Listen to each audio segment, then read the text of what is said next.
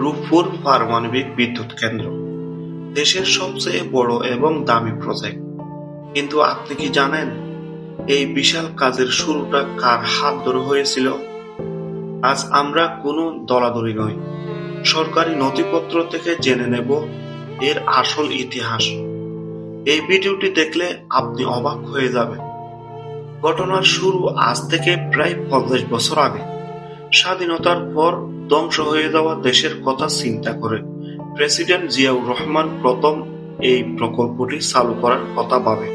1977-78 সালে তার নির্দেশে রূপপুরে এই বিদ্যুৎ কেন্দ্র তৈরি করার জন্য প্রথম পরীক্ষা নিরীক্ষা চালানো হয়। সে সময় দেশের টাকার অনেক অভাব থাকলেও তিনি এই প্রজেক্টের জন্য নিজের চেষ্টায় আলাদা করে বাজেট দিয়েছিলেন। 1980 সালে তিনি এই প্রজেক্টের পুরো অনুমোদন দিয়ে দেন।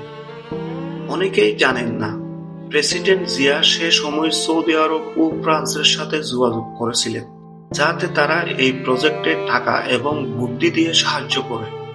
যদিও তখন নানা কারণে তা সফল হয়নি, কিন্তু রূপপুরের স্বপ্নটা তিনি প্রথম দেখিয়েছিলেন। এরপর 90-এর দশকের যখন বিএনপি আবার ক্ষমতায় আসে, তখন রূপপুর প্রজেক্টের কাজ আবার নতুন করে শুরু হয়। 1994 সালে বেগম খালেদা জিয়ার নির্দেশে একটি বড় কমিটি গঠন করা হয়। 1995 সালে প্রধানমন্ত্রী নিজেই মিটিং করে রূপপুরে বিদ্যুৎ কেন্দ্র তৈরির চূড়ান্ত সিদ্ধান্ত নেন। সে সময় দেশি বিজ্ঞানীদের তৈরি করার কাজও শুরু হয়েছিল।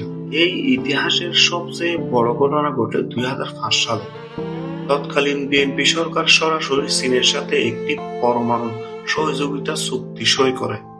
এই চুক্তির কারণে আজকের রূপপুর প্রজেক্ট বাস্তবে রূপ নেওয়ার সহজ পথ খুঁজে পায়।